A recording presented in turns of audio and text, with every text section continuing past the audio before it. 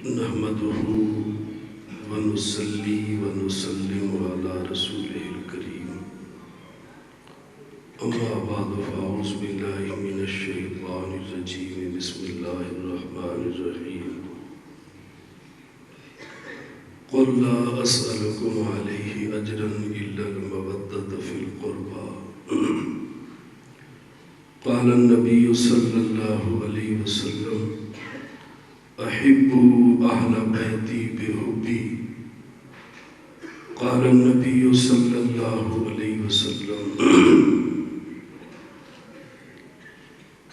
أذكركم الله في أهل بيتي أذكركم الله في أهل بيتي أذكركم الله في أهل بيتي قال النبي صلى الله عليه وسلم مثل أهل بيتي كالسفينة نوح من ركبها نجا ومن تخلف عنها هلك قال النبي صلى الله عليه وسلم من كنت مولاه فعلي مولاه قال النبي صلى الله عليه وسلم اللهم لا تمتني حتى تريني عليا قال النبي صلى الله عليه وسلم فاطمة بضعة مني قال النبي صلى الله عليه وسلم فاطمة سيدة نساء أهل الجنة قال النبي صلى الله عليه وسلم الحسن والحسين سيدا شباب أهل الجنة قال النبي صلى الله عليه وسلم الحسن والحسين ريحانتاي من الدنيا قال النبي صلى الله عليه وسلم الحسين مني وأنا من الحسين قال النبي صلى الله عليه وسلم للحسن إن ابني هذا سيد لعل الله يصلح به بين فئتين عظيمتين من المسلمين صدق الله العظيم وصدق رسوله النبي الكريم ونحن على ذلك لمن الشاهدين والشاكرين والحمد لله رب العالمين. یہ فیصلہ حدیث کی روح سے قبول ہے، یہ فیصلہ حدیث کی روح سے قبول ہے، خون حسین در اصل خون رسول ہے.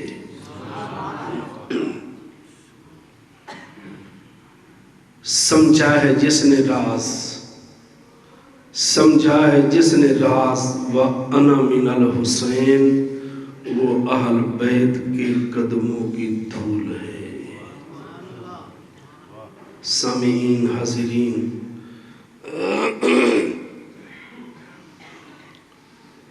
اہل بیت کرام رضوان اللہ تعالی علیہ مجمعین کے موضوع پر میرے نہایت ہی معزز و مکرم قاری علیم الدین شاکر صاحب دامت برکاتہم نے پروگرام رکھا اور اس میں چند گزارشات کے لیے مجھے بھی یاد کیا. دوستو، آج کل ایک رواج بن گیا ہے، اس کی مجھے مجبوری سمجھ نہیں آ رہی. پورا پنجاب ہے، پاکستان ہے، سٹیج پر ہوں. شان اہل بیت جب بھی بیان ہوتی ہے تو ایک دو آیتیں پڑھ کر اہل بیت کو صرف حضور علیہ السلام کی ازواج میں محصور کر دیا جاتا ہے کہ حضور علیہ السلام کی ازواج پاک یہی اہل بیت ہیں. رحمت اللہ وبرکاتہ علیکم اہل البیت. یہ عید پڑھی جاتی ہے ابراہیم علیہ السلام کی بیوی کے لیے آئی. راولپنڈی میں علماء کرام تشریف فرما تھے، انہوں نے بھی یہی بات چھڑی کہ نبی پاک صلی اللہ علیہ وسلم کی ازواج پاک ہی اہل بیت ہیں. میں نے کہا ہم سنی ہیں، ہم ان کو بھی اہل بیت مانتے ہیں، اور حضور کے جو خونی رشتہ دار جن کے متعلق میرے آقا نے فرمایا یہ میرے اہل بیت ہیں، وہ بھی اہل بیت ہیں، بیویاں بھی اہل بیت ہیں۔ تو ان میں سے ایک شخص نے سوال اٹھایا، بیٹا اہل بیت میں شامل ہے یا نہیں؟ میں نے کہا بیٹا بھی ہے، بیٹی بھی ہے، بھائی بھی ہے، رشتہ دار بھی ہے، یہ سارے اہل خانہ، کیونکہ کتابوں میں لکھا ہوا ہے، لغت کی کتابوں میں اہل بیت الرجل اسرتہ، اس کا جو اصل اسبہ اور خاندان ہوتا ہے وہی اس کے اہل بیت ہوا کرتے۔ بیٹا کس طرح اہل بیت ہے؟ میں نے قرآن عزیز کی عہد پڑھی، ان ابنی من اہلی، طلباء اور علماء کا مجمع ہے، ان ابنی من اہلی، میرا بیٹا میرے اہل بیت میں سے۔ حضرت نوح علیہ السلام فرما رہے ہیں، موسیٰ علیہ السلام فرماتے ہیں وَجَعَلْ لِي وَزِيرًا مِّنْ أَهْلِي هَارُونَ أَخِي، میری اہل میں سے، میری اہل بیت میں سے میرے ہارون بھائی کو میرا وزیر بنا دیا جائے۔ بیٹیاں بھی اہل بیت ہیں، اِنَّا مُنَجُّوكَ وَأَهْلَكَ إِلَّا امْرَأَتَكَ كَانَتْ مِنَ الْغَابِرِينَ، تو یہاں بیٹیوں کو بھی اہل بیت میں شامل کر دیا گیا۔ وَإِذْ غَدَوْتَ مِنْ أَهْلِكَ، حضور علیہ السلام حضرت عائشہ رضی اللہ عنہ کے گھر سے اٹھ کر جا رہے تو یہاں اہلہ کا حضور علیہ السلام کی بیوی کو فرمایا گیا، تو آقا علیہ السلام کی بیوی بھی اہل بیت، حضور کا دوسرا خاندان بھی۔ جو بیویوں کو خارج کرے یہ رفس، جو خاندان کو خارج کرے وہ نسب، وہ ناسبی لوگ، وہ کیا ہے بھائی؟ ہم اہل سنت والجماعت ہیں اور ہمارے نزدیک دونوں اہل بیت میں ہیں۔ یوسف علیہ السلام اپنے بھائیوں کو فرماتے ہیں وَأْتُونِي بِأَهْلِكُمْ أَجْمَعِينَ، تمام اپنے اہل و عیال کو لے آؤ۔ حضرت مریم اپنے خالو کے پاس رہتی ہے، خالہ کے پاس، قرآن نے فرمایا وَإِذِ انْتَبَذَتْ مِنْ أَهْلِهَا مَكَانًا شَرْقِيًّا، وہ اپنے اہل سے نکل کر مکان شرقیہ کی طرف جا رہی۔ وَشَاهِدَ شَاهِدٌ مِّنْ أَهْلِهَا، زلیخا کے خاندان میں ایک بندہ ہے جو گواہی دے رہا ہے، تو فرمایا وَشَاهِدَ شَاهِدٌ مِّنْ، 20 آیات اور بھی آیات، 2 آیات یاد کر کے روب ڈالتے ہیں کہ صرف حضور علیہ السلام کی بیویاں اہل بیت ہیں، قرآن سے اور کسی کا اہل بیت ہونا ثابت نہیں ہے۔ بھائی نبی پاک علیہ السلام کی بیویاں بھی اہل بیت ہیں اور حضور کا خونی رشتہ دار خاندان بھی، سمجھ آ گئی بات؟ اور دوسرا سمجھیے گا، میرا نام جب اشتہار میں لکھا تو میرے نام سے پہلے کیا لکھا؟ مولانا ہے نا؟ جتنے اشتہار میں نام ہے سب کے نام، جو عالم ہیں ناموں سے پہلے مولانا، میرے نام کے ساتھ مولانا لکھنا شرک ہے؟ بولو نا، میں مسئلہ سمجھانا، تقریر نہیں کرنی۔ شرک ہے؟ بدعت نہیں۔ اچھا، کسی عالم کے نام کے ساتھ مولانا لکھا ہوا ہو تو کبھی کسی کو نہ شک، نہ وہم، نہ غصہ، نہ ناراضگی، نہ خفگی، کچھ بھی نہیں ہے۔ اور حضور صلی اللہ علیہ وسلم ہمارے مولا ہے کہ نہیں ہے؟ ہیں؟ اللہم صلی علی سیدنا و آگے کسی کو کچھ نہیں ہوا۔ اشتہار پر اتنے مولانا ہے، کسی کو کچھ نہیں ہوا۔ جب ہم نے کہا کہ حضور علیہ السلام نے فرمایا تھا من کنت مولاہ فعلی مولا، تو یہاں سوال و جواب شروع ہو جاتا، آخر یہ تکلیف کیوں ہوئی؟ کسی جگہ بھی کوئی تکلیف نہیں ہوئی۔ جو یہاں مسجد میں نماز پڑھاتے ہیں، ہاں یہ حدیث مسلم شریف میں من کنت مولاہ فعلی، حضور علیہ السلام نے فرمایا جس کا میں مولا علی بھی مولا۔ اب ایک طبقے نے اگر اس کا معنی بگاڑ لیا ہے تو اس کا کیا مطلب ہے کہ لفظ ہی چھوڑ دیا جائے۔ مولانا بدر عالم میرٹھی رحمت اللہ علیہ فرماتے ہیں کہ کوئی شخص اپنے نظریے اور عقیدے پر سوالوں کی بچھاڑ کو دیکھ کر اپنا نظریہ نہ چھوڑے، ان کے سوالوں کا جواب دے۔ مخالف کے سوالوں کا جواب دے.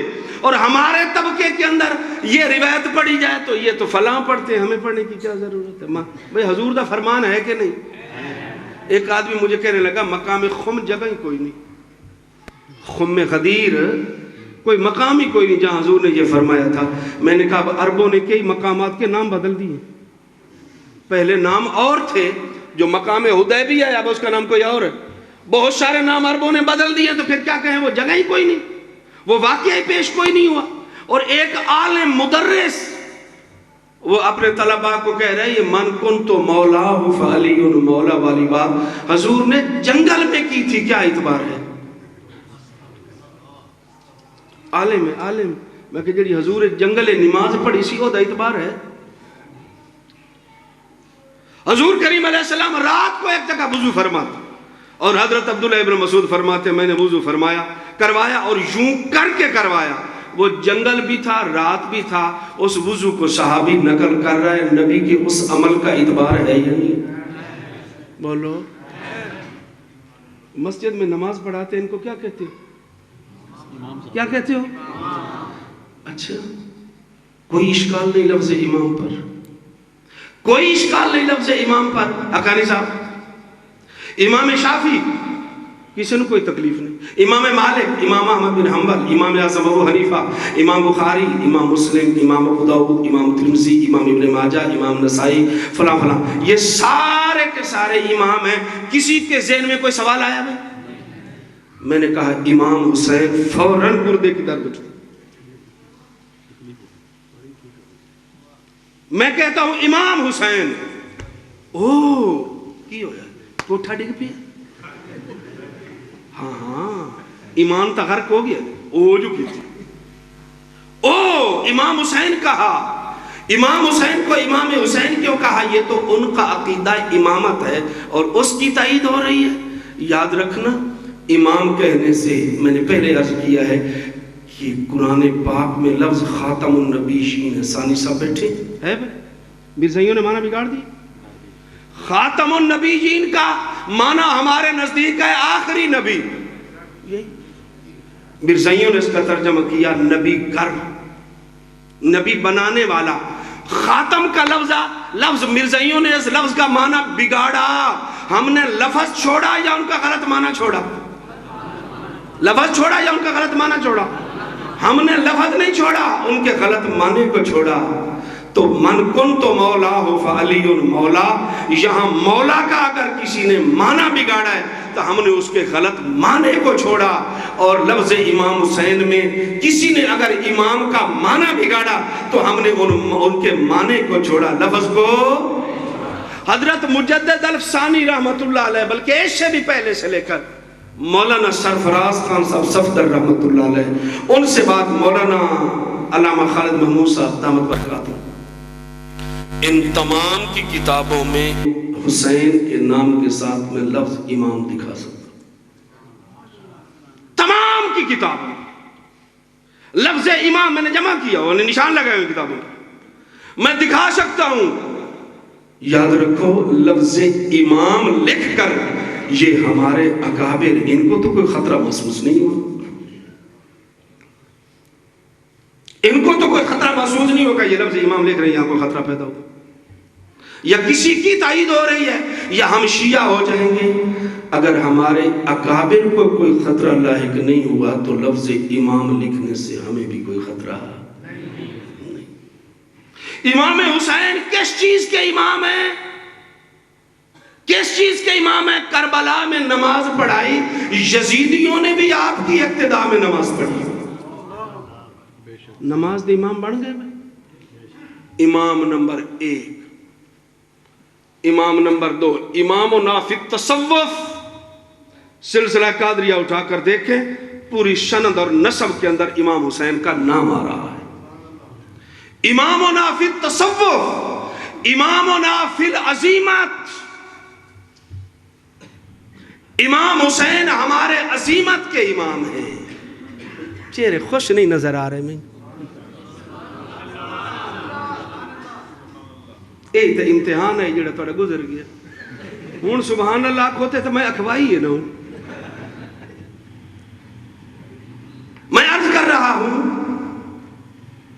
امامنا فی العظیمت، امام حسین ہمارے عظیمت کے امام ہیں۔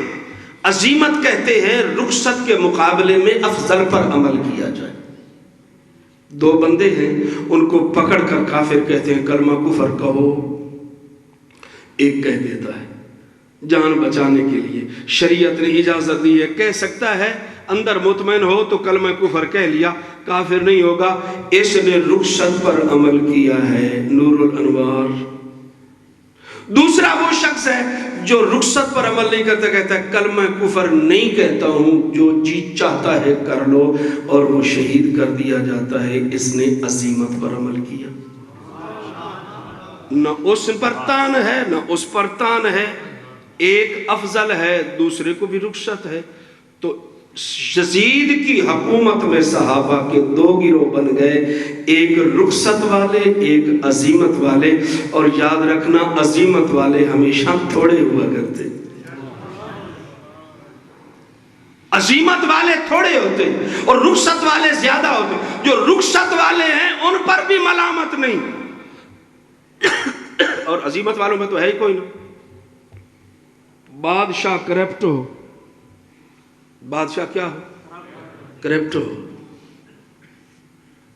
اور جو شخص بدلنا چاہتا ہے بادشاہ کی بادشاہت کو ختم کرنا چاہتا ہے، اس کی جگہ خلافت عادلہ کا نظام لانا چاہتا ہے، اس کے اندر بادشاہ بننے کی صلاحیت بھی ہو، کتنی باتیں ہو گئی بھی، اور لوگوں نے تعاون کا وعدہ بھی کر دیا اور خط بھی لکھ دیے ہو، آ جاؤ ہم آپ کے ساتھ ہیں، اس کا تختہ الٹ دیں، جس کو خط لکھے جا رہے ہیں اس پر جانا صرف جائز ہی نہیں بلکہ فرض ہے۔ واللہ بخدا میں کہتا ہوں جس کو حسین نہیں سمجھ آیا اس کو میدان کربلا سمجھ نہیں آ سکتا۔ کربلا سمجھنے کے لیے اور حسینیت سمجھنے کے لیے پہلے حسین کو سمجھو، حسین کو تاریخ میں نہ دیکھو، مصطفیٰ کے فرمان میں دیکھو۔ تاریخ سے نظریہ بنتا ہے اور حدیث سے عقیدہ بنتا ہے، اور عقیدے سے نظریہ بدلا جا سکتا ہے، اور نظریے سے عقیدہ نہیں بدلتا۔ حسین میرا نظریہ نہیں، حسین میرا عقیدہ ہے۔ شان حسنین کریم ہے، شان حسنین کریم ہے، شان اہل بیت۔ بادشاہ جس طرح کتابوں میں لکھا ہوا، صحابہ کرام کے اقوال ہے، میں اپنی طرف سے نہیں کہتا، یہ رخصت اور عزیمت کی تقسیم مقدمہ ابن خلدون میں موجود ہے کہ کوئی صحابہ رخصت پر تھے اور کچھ عزیمت پر تھے۔ تو میں عرض کر رہا ہوں بادشاہ اس طرح کا ہو کہ اس کا تختہ الٹنا واجب ہو، اور وہ بیعت پر مجبور کرے، اور اس کے ہاتھ پر کوئی بندہ بیعت نہ کرے اور اپنا خاندان ذبح کروا دے، خود بھی ذبح ہو جائے۔ حضور علیہ السلام کی امت میں امام حسین سے پہلے کوئی بندہ مجھے پیش کر دیا جائے، میرا چیلنج۔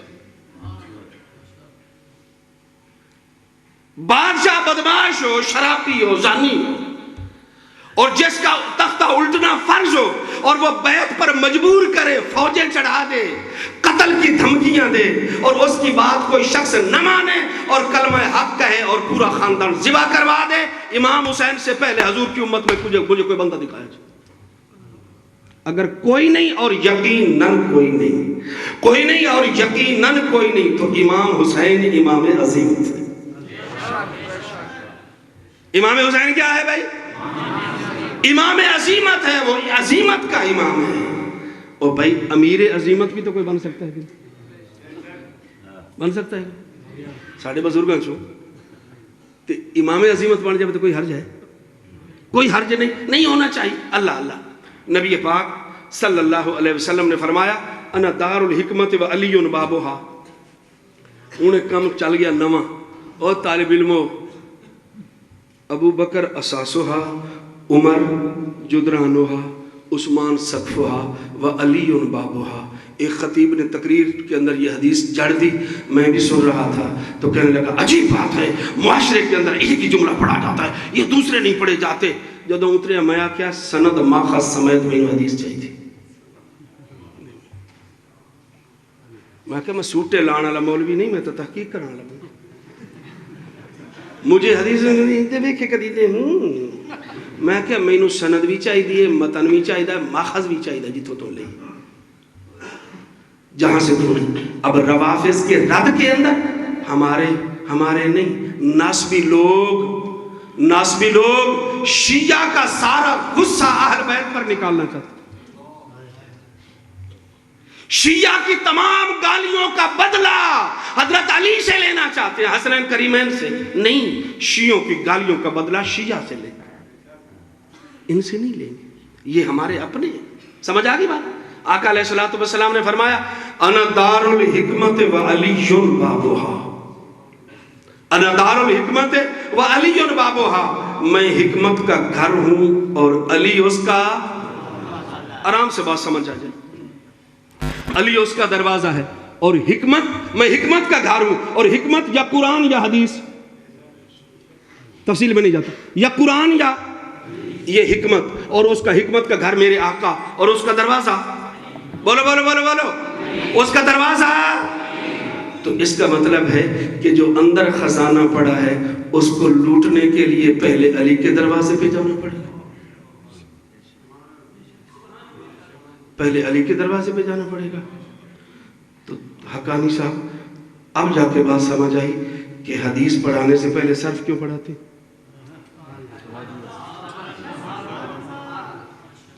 صرف کے موجد کا نام علی مرتضی، نحو کے موجد کا نام علی مرتضی۔ صرف اور نحو دو علم ایسے ہیں جن کے اندر جب تک پختگی نہ ہو، نہ قرآن میں بندہ پختہ ہو سکتا ہے، نہ حدیث میں پختہ ہو سکتا ہے۔ جو صرف و نحو میں کچا، وہ قرآن و حدیث میں۔ ناراضگی اگر معاف ایڈوانس کرے تو ایک جملہ کہوں، کتھوں دا فارغ ہیں، بڑے مدرسے دا نام لین گے تے اردو بازار جان گے، تفسیر ابن کثیر اردو والی مل جائے گی۔ 12 سال مدرسے چے جڑے زکاتاں حرام کی تھی تینوں عربی نہیں ہوں، فلاں کتاب دا ترجمہ ہو گیا اردو والا نہیں، اگلے سال، اچھا پھر اگلے سال لمیں گے۔ یہ 12 سال 10 سال مدارس میں پڑھ کے تجھے عربی کیوں نہیں آئی؟ کہتا ہے سرحناب کمزور ہے۔ مجھے پتا چل گیا کہ جو علوم علوی میں کمزور ہے وہ علوم نبوی میں کمزور ہے، جو علوم علوی میں کمزور ہے وہ علوم نبوی میں کمزور ہے۔ جس نے علوم نبوی میں پختگی حاصل کرنی ہو پہلے علوم علوی کے اندر پختگی حاصل کرے۔ تو جو ہمارے مدرسے میں آتا ہے پہلے قرآن اس کے ہاتھ میں نہیں دیتے، حدیث اس کے ہاتھ میں نہیں دیتے، قرآن حدیث حکمت، پیغمبر حکمت کا گھر، دروازہ علی، پہلے علی کے پاس جا، ضرب ضرب ضرب ضربت، کل فاعل مرفوع وکل منصوب مفعول منصوب وکل مضاف الیہ مجرور۔ پہلے یاد کر، ایک کہیں پڑھیا، یہ علم کیسے لکھے؟ علی، پہلے علی کو لا۔ حضور فرمایا پہلے علی کو جا، وعلیٌ وعلیٌ وعلیٌ وعلیٌ۔ آج پتہ لگ گیا؟ جڑا علی نو نہیں مانتا صرف چھڑ دے، جو علی کو نہیں مانتا صرف چھوڑ دے، جو علی کو نہیں مانتا نحو چھوڑ دے، اور پھر مجھے دکھائے قرآن سمجھتا کس طرح۔ قرآن قریب تک نہیں بھٹکنے دے گا اس کو، حدیث قریب تک نہیں بھٹکنے دے گی۔ توجہ بھائی، ہمارے سلاسل 4 ہیں۔ سلاسل کتنے ہیں بھائی؟ 4۔ کیڑے کیڑے؟ نقش بندی، قادری، سہروردی، اور یہ 4 ہیں۔ ان کا کیا کام ہے؟ یہ سلاسل کیا کرتے ہیں؟ یہ اندر کی منجائی کرتے، یہ اندر کی صفائی کرتے۔ مجھے غصہ بہت آتا ہے، اس کا علاج فقہ میں موجود نہیں ہے۔ ایک بندے کے اندر حسد ہے، قدوری کے اندر اس کا کوئی علاج نہیں ہے۔ ایک بندے کے اندر حرص ہے، اس کا فتاوی عالمگیری کے اندر کوئی علاج نہیں لکھا ہوا۔ یہ ساری فقہ کی کتابیں ہیں، یہ ظاہری طہارت کا کام دیتی ہیں، باطنی طہارت کے لیے معالج بھی اور ہیں، کتابیں بھی اور ہیں۔ باطنی طہارت کے لیے معالج بھی اور کتابیں بھی، درسگاہیں بھی، خانقاہیں بھی۔ ان خانقاہوں پر پہنچے تو ہمیں 4 ملی۔ اندر کی صفائی کرنے کے لیے جو ہمیں خانقاہیں ملی، کتنی ملی؟ 4۔ کون کون سی؟ پھر بولو۔ قادری، سہروردی، اور ان میں ایک کا آغاز حضرت صدیق اکبر سے ہوتا ہے، 3 کا جناب علی مرتضیٰ سے ہوتا ہے۔ 3 کا آغاز آج پتہ چلا، وَعَلِيٌّ، اندر کی صفائی اور منجائی کے لیے جو 3 دروازے اور دہانے کھولے تو وہ کس نے کھولے بھائی؟ علی مرتضیٰ شیر خدا۔ ان کی ہو گیا کوئی علاج ہو سکتا ہے جناب علی مرتضیٰ شیر خدا رضی اللہ تعالیٰ عنہ؟ یہ 17 کے قاری ہیں نا، تو ان میں سے 10 بڑے قاری ہیں، ان 10 بڑے قاریوں کی سند پہنچاؤ، اکثر کی حضرت علی تک جا پہنچتی، کن تک جا پہنچتی ہے؟ اور ایک واحد شخصیت ہے جن کو جناب علی مرتضیٰ کہتے ہیں، جن کے متعلق میرے آقا نے فرمایا علی جو تجھ سے محبت کرے گا وہ مومن ہوگا۔ جو تجھ سے محبت کرے گا وہ کون ہوگا؟ ایک ڈال اور لفظ ڈالو، سچی محبت۔ تو انہوں غصہ آ جانا ہے بھئی وہ بھی تو ہے نا۔ عیسیٰ علیہ السلام کے ساتھ عیسائیوں کو سچی محبت نہیں ہے، ورنہ خدا کا بیٹا نہ کہتے۔ تو اس واسطے محبت کی 2 قسمیں، سچی اور جھوٹی۔ اہل و سنت کو علی کے ساتھ سچی محبت، علی مرتضیٰ کے ساتھ سچی محبت ہے تو جلسہ کروایا۔ تو ہون کانفرنس رکھنی ہے مولا علی کانفرنس، غصہ تو نہیں آوے گا۔ اب کانفرنس رکھنی ہے مولا علی کانفرنس، تاکہ پتہ چلے کہ مسلم شریف والی حدیث کو ہم بھی مانتے ہیں۔ سمجھ آگئی بات؟ اچھا، ان قاریوں کی سندات جا کر جناب علی مرتضیٰ شیر خدا پر ملتی ہیں، ان کے ساتھ ملتی ہیں، اور حضرت علی مرتضیٰ کا اخلاص، بات کو کلوز کرتا ہوں، حضرت علی مرتضیٰ کا اخلاص دیکھیے گا۔ یہودی کو گرایا، کافر کو گرایا، ہر عالم یہ واقعہ بیان کرتا ہے، اور سینے پر چڑھ کر بیٹھ گئے۔ جب سینے پر چڑھ کر بیٹھ گئے تو اس نے نیچے سے منہ پر تھوک دیا۔ کن کے منہ پر؟ جس کو ذبح کر رہے تھے اس کو چھوڑ دیا۔ علی کیوں چھوڑا؟ فرمایا اس لیے کہ پہلے صرف تجھے وحدہ لا شریک کے لیے قتل کر رہا تھا، اب جو تو نے میرے اوپر تھوکا اس کا غصہ بھی شامل ہو گیا، تو یہ عمل خالصتاً خدا کے لیے نہ رہا۔ تو جو ایسا ملاوٹ والا عمل ہو، اس ملاوٹ والے عمل کو ہم اللہ کے دربار میں پیش نہیں کرنا چاہتے۔ علی نے اس کو چھوڑا، اس نے کلمہ پڑھ لیا تو رب نے اس کو چھوڑ دیا، رب نے اس کو چھوڑ دیا۔ توجہ، اتنا اخلاص کا مالک باپ اور نانا جس کی مثال ہی کوئی نہیں، 3 گودیاں، 3 گودیاں، 3 تربیت گاہیں، نبی کی گودی، علی کی گودی، فاطمہ کی گودی، جن کی تربیت نبی نے کی ہو، تطہیر خدا نے کی ہو۔ ان 3 گودیوں کے اندر جو پل کر اور تربیت گاہوں میں تربیت لے کر ہیرا نکلتا ہے، اس کو حسین کہتے ہیں۔ اس کو کیا کہتے ہیں بھائی؟ اس کو حسین کہتے ہیں۔ جدوں تک عدل تے عادل رہے، شعر سمجھو گے؟ جدوں تک عدل تے عادل رہے ادوں تک قانون نہ وکیا، جدوں تک عدل تے عادل رہے ادوں تک قانون نہ وکیا، لگی قیمت ہر تحریر دی پر حق دا مضمون نہ وکیا۔ بولی لگ گئی لوگوں عقلاں دی، بولی لگ گئی لوگوں عقلاں دی، پر عشق جنون نہ وکیا، ایمان دے تاجر ننگ ہو گئے، حیدر دا خون نہ وکیا۔ ایمان دے تاجر ننگ ہو گئے، حیدر دا خون نہ وکیا۔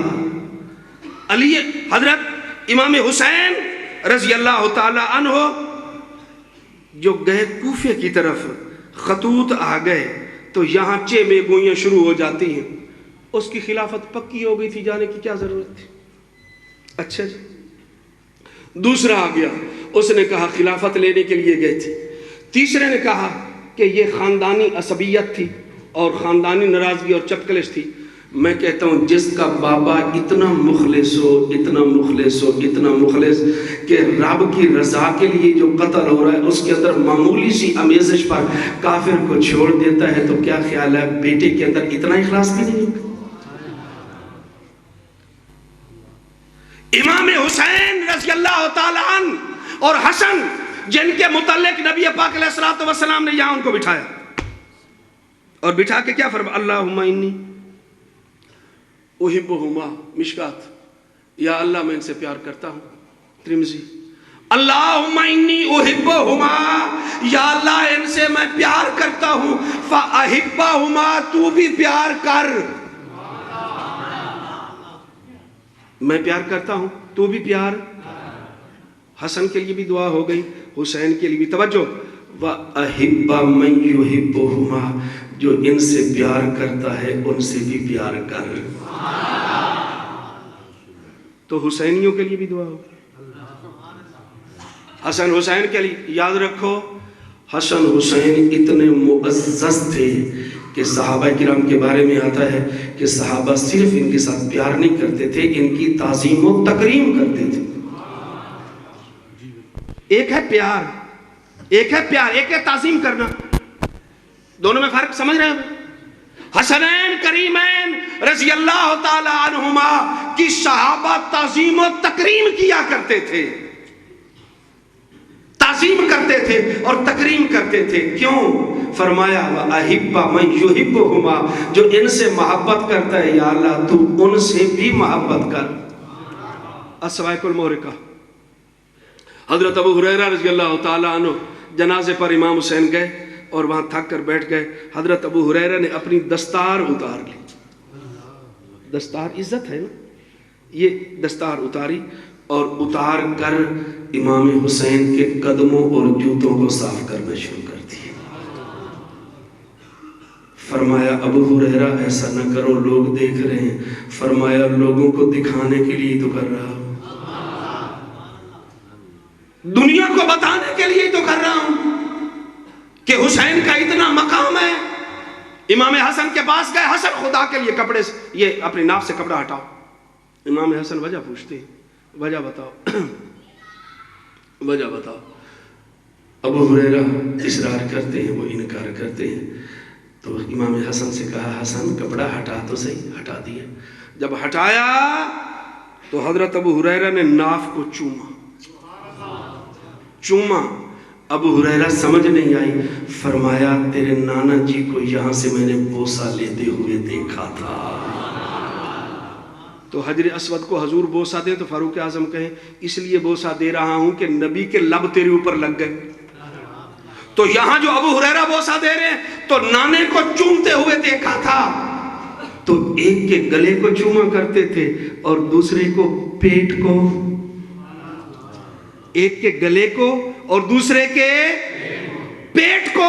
جس کے گلے نے راہ خدا میں کٹنا تھا اس کے گلے کو چوما کرتے تھے، اور جس کو زہر دے کر پیٹ کے اندر زہر دے کر زہر میں مارنا تھا اس کے پیٹ کو چوما کرتے تھے۔ یشمہما و یشمہما، میرے آقا دونوں کو اپنے گلے سے چمٹا لیتے اور ان کو سونگا کرتے۔ کیوں؟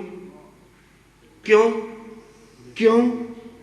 حضرت عبداللہ ابن زبیر نے پیالہ پی لیا تھا نا حضور علیہ السلام کے خون کا، تو ان کے دہن سے خوشبو آتی تھی، تو اس کے متعلق تو فرمایا گیا الحسین منی و انا من الحسین، حسین سارا میرے وچوں ہے۔ تو جب حضرت عبداللہ ابن زبیر کو دفن کر دیا گیا تو وہ خوشبو جو ان کے منہ سے آتی تھی نا خون کی وجہ سے، وہ برزخ کے سارے پردے چیر کر قبر سے باہر آ گئے، قبر سے باہر آ گئے۔ نبی پاک علیہ السلام ان دونوں شہزادوں کو چمٹاتے اور سونگتے تھے۔ علماء نے لکھا ہے دونوں شہزادوں کے بدن جنتی تھے، جنت کی خوشبو آتی تھی۔ علی، حسن اور حسین، فرمایا دونوں میرے پھول ہیں۔ یار کدی اس معنی تے غور کرو، دونوں گلاب کے پھول سے گلاب کی خوشبو آئے اور چمیلی کے پھول سے چمیلی کی خوشبو آئے، اور نبی کے پھول سے سمجھ آئی ہے؟ نبی کے پھول سے، اور نبی کے پھول سے کبھی تعصب کی بدبو نہیں آ سکتی، عصبیت کی بدبو نہیں آ سکتی، لالچ اور حرص کی بدبو نہیں آ سکتی۔ پیغمبر کے پھول سے جب بھی خوشبو آئے گی، اخلاص کی خوشبو آئے گی، جرأت کی خوشبو آئے گی، سخاوت کی خوشبو آئے گی، تلاوت کی خوشبو آئے گی، عبادت کی خوشبو آئے گی۔ یہ نبی کا پھول ہے، اور پیغمبر کے پھول سے پیغمبر کی خوشبو آتی۔ اللہ اللہ اللہ، آنکھو علی بھی پھول، علی بھی، حسن بھی، حسین بھی، فاطمہ بھی، زہرا کا معنی ہی پھول ہے۔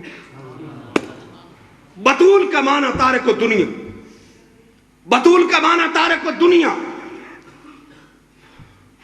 اور زہرا اس پھول کو کہتے ہیں علماء کرام جو پورا کھل کر منظر عام پر نہ آیا۔ زہرا اس پھول کو کہتے ہیں جو پورا کھل کر منظر عام پر نہ آیا، اور زہرا اس پھول کی رونق کو کہتے ہیں۔ تو بی بی بطول فاطمہ زہرا بھی ہے اور زہرا بھی ہے۔ ایسا پھول جو بغیر پردے کے کبھی باہر آیا ہی نہیں، کھل کر منظر عام پر آیا ہی نہیں۔ اتنی حیا ہے، اتنی حیا ہے، اتنی حیا ہے۔ اللہ اللہ، تو یہ سارے پھول ہو گئے بھائی۔ اس کا بنایا گلدستہ گلدان نے، گلچین نے۔ گلچین میرے آقا کی ذات ہے۔ حضور نے گلدستہ بنایا علی، فاطمہ، حسن اور حسین کا، اور اس گلدستے کو گلدان میں رکھ کر پھر کمرے میں رکھا جائے تو وہ گلدستہ کمرے کو سجاتا بھی ہے، مہکاتا بھی ہے۔ تم گلوں کا گلدستہ بنا کر اپنے کمرے میں رکھو، میرے نبی نے ان گلوں کا گلدستہ بنا کر درود میں رکھ دیا۔ نہیں سمجھ آئی؟ نماز پڑھی میرے امام کے پیچھے کربلا میں، اور نماز میں پڑھا اللہم صلی علی محمد وعلی، یہ پڑھ لیا اور پھر تیر سیدھے کر دی، درود بھی پڑھ لیا اور تیر بھی سیدھے کیے۔ تو میں اس خطیب کو کہتا ہوں، خطیب صاحب جب تو خطبہ پڑھتا ہے اور خطبے میں کہتا اللہم صلی علی سیدنا و مولانا محمد وعلی، تو آل پر خطبے میں درود پڑھتا اور ساری تقریر یزید کے حق میں ہوتی ہے، شرم نہیں ہوتی؟ حضرت جو بھی معزز ہوا وہ حسنی حسینی کہلوا کر ہوا، آج تک کوئی یزیدی کہلوا کر معزز نہیں بن سکا، نہ بن سکے گا۔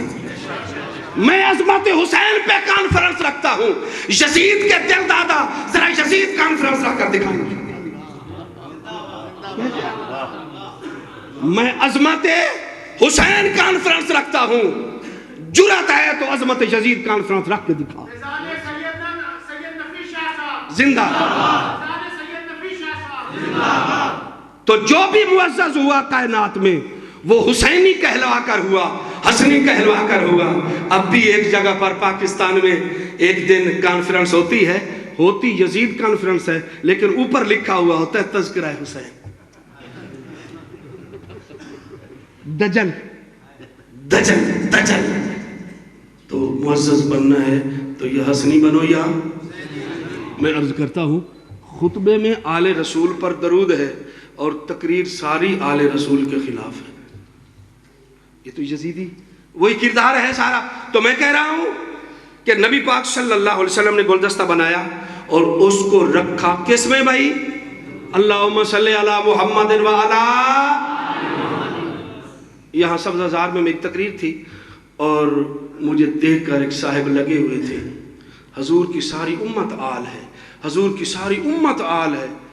جب بہ گیا میں کہ تقریر سننی بھی سنت ہے، سنانی بھی سنت، بہ جاتی۔ بیٹھ گیا، میں نے کہا آپ کا مدرسہ ہے؟ کہتا ہاں جی۔ میں نے کہا بند کر دو۔ کہتا کیوں؟ میں نے کہا ساری امت جو آل ہے تو زکوٰۃ ہندوؤں کو دیں گے جا کر؟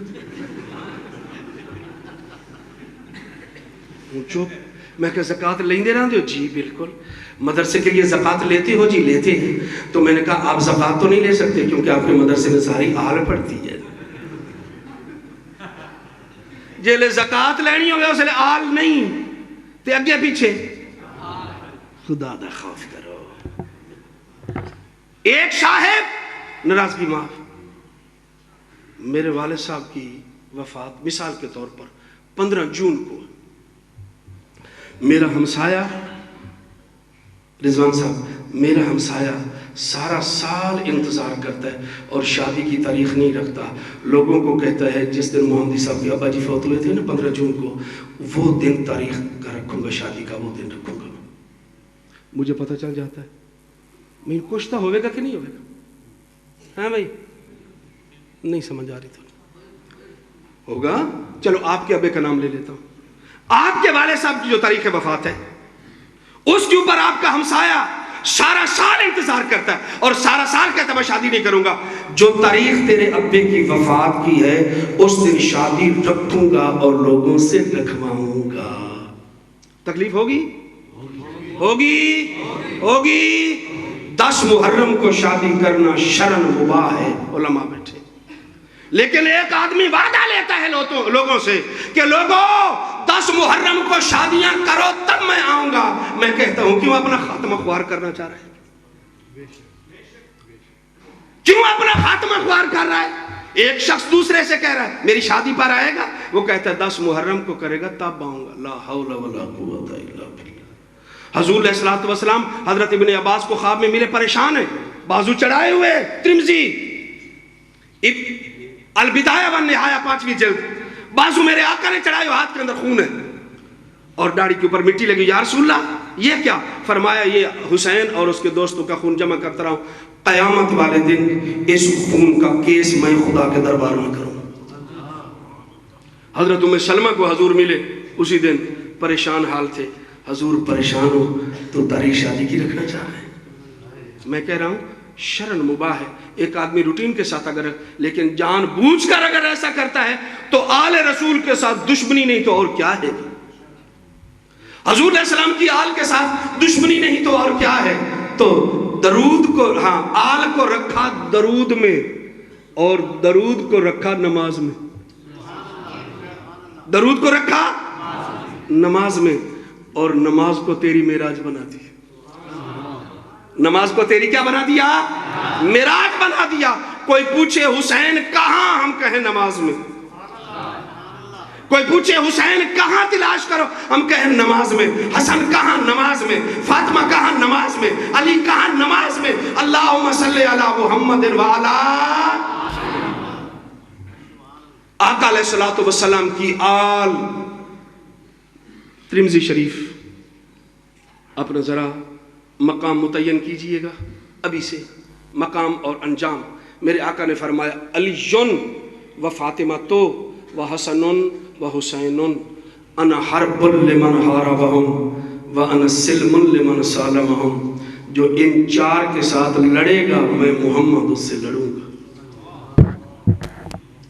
جو ان 4 کے ساتھ لڑائی لے گا میں اس سے لڑائی کروں گا. وَأَنَا سِلْمٌ لِمَنْ صَالَحَهُمْ. جو ان سے صلح رکھے گئے میں محمد کی اس کے ساتھ صلح ہوگا. تو کس طرف جانا چاہتے ہیں؟ ہم خدا، مصطفیٰ اور اہل بیت کی طرف جانا چاہتے ہیں. آج کل شہادت حسین پر مختلف علاقوں میں بیانات پر جوابات دے رہا ہوں.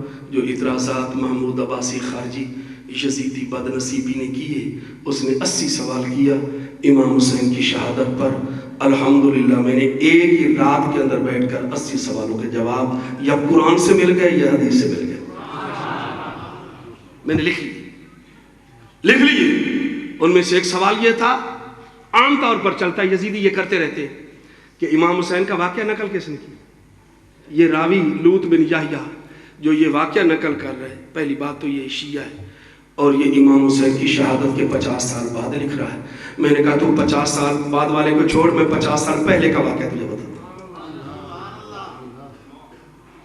مسند احمد جلد نمبر 2، تہذیب و تہذیب جلد نمبر 2، ابن حجر عسقلانی رحمت اللہ تعالی علیہ جو خود نقاد حدیث ہیں وہ لکھ رہے ہیں کہ حضور علیہ الصلوۃ والسلام کے پاس امام حسین کی شہادت سے 50 سال پہلے جبریل امین آئے اور آ کے بتا گئے تیرے نواسے کو میدان کربلا میں شہید کر دیا جائے گا. تو 50 سال بعد کی بات کرتا ہے، میں 50 سال پہلے کی. تو شیعہ کی روایت پیش کرتا ہے، میں جبریل امین کی پیش کرتا.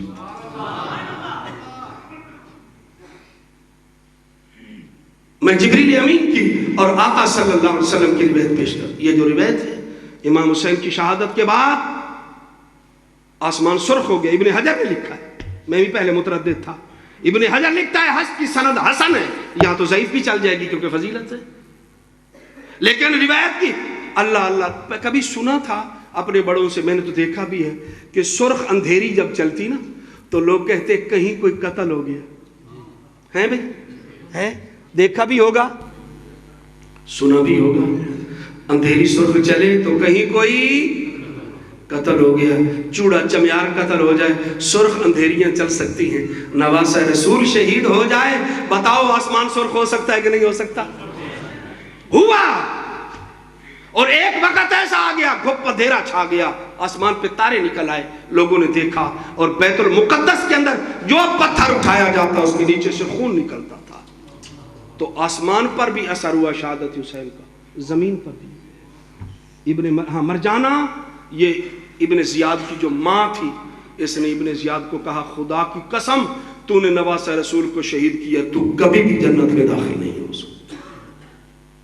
ابن زیاد کی ماں نے کہا، حوالے کا میں ذمہ دار ہوں.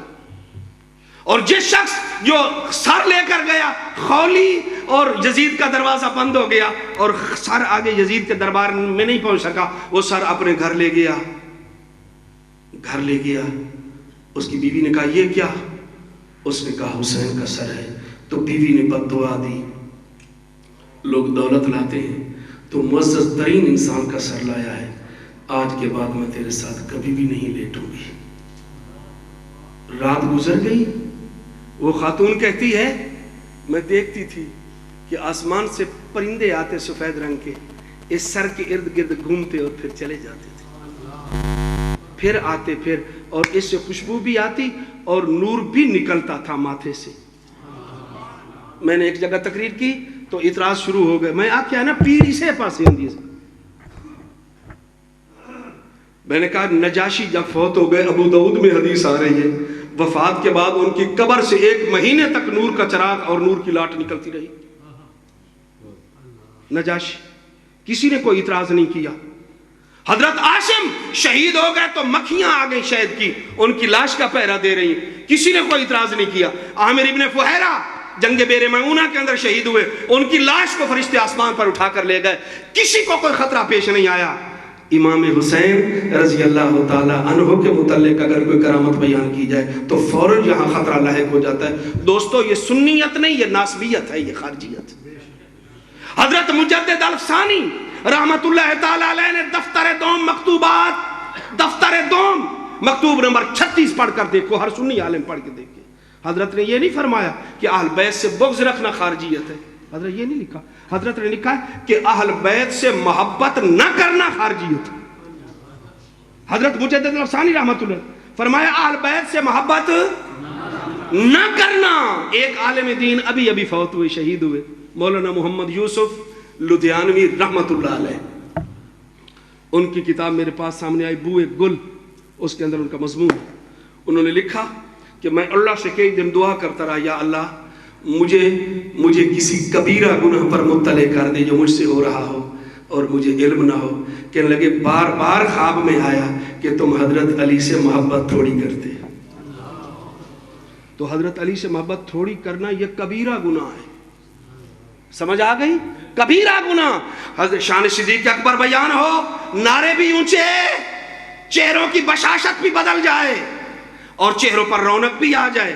صدیق اکبر بھی ہمارے ہیں، اور جب علی مرتضیٰ کی طرف پلٹا کھایا جائے، نعرے بھی ایستے ہو جائیں اور سبحان اللہ بھی مدھم پڑ جائے اور چہرے بھی مرجھا جائیں، تو میں کیا سمجھوں گا؟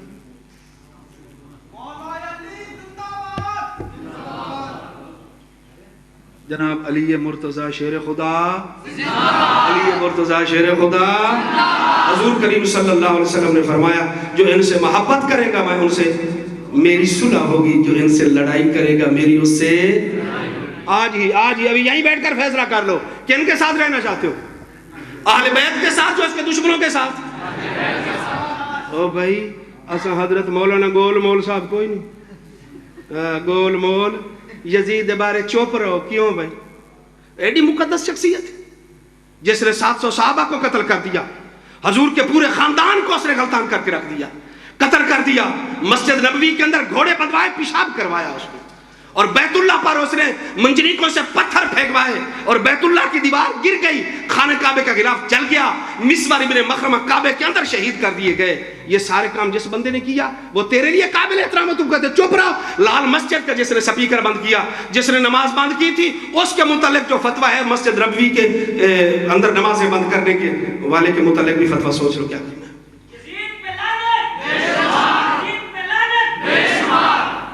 یاد رکھو، یاد رکھ تو ہم حسینی ہیں، کیا ہیں بھائی؟ حسینی رہیں گے، حسینی ہیں، حسینی رہیں گے، حسینی مریں گے۔ یزید کو نہیں مانتے، نہیں مانتے، نہیں مانتے۔ وآخر دعوانا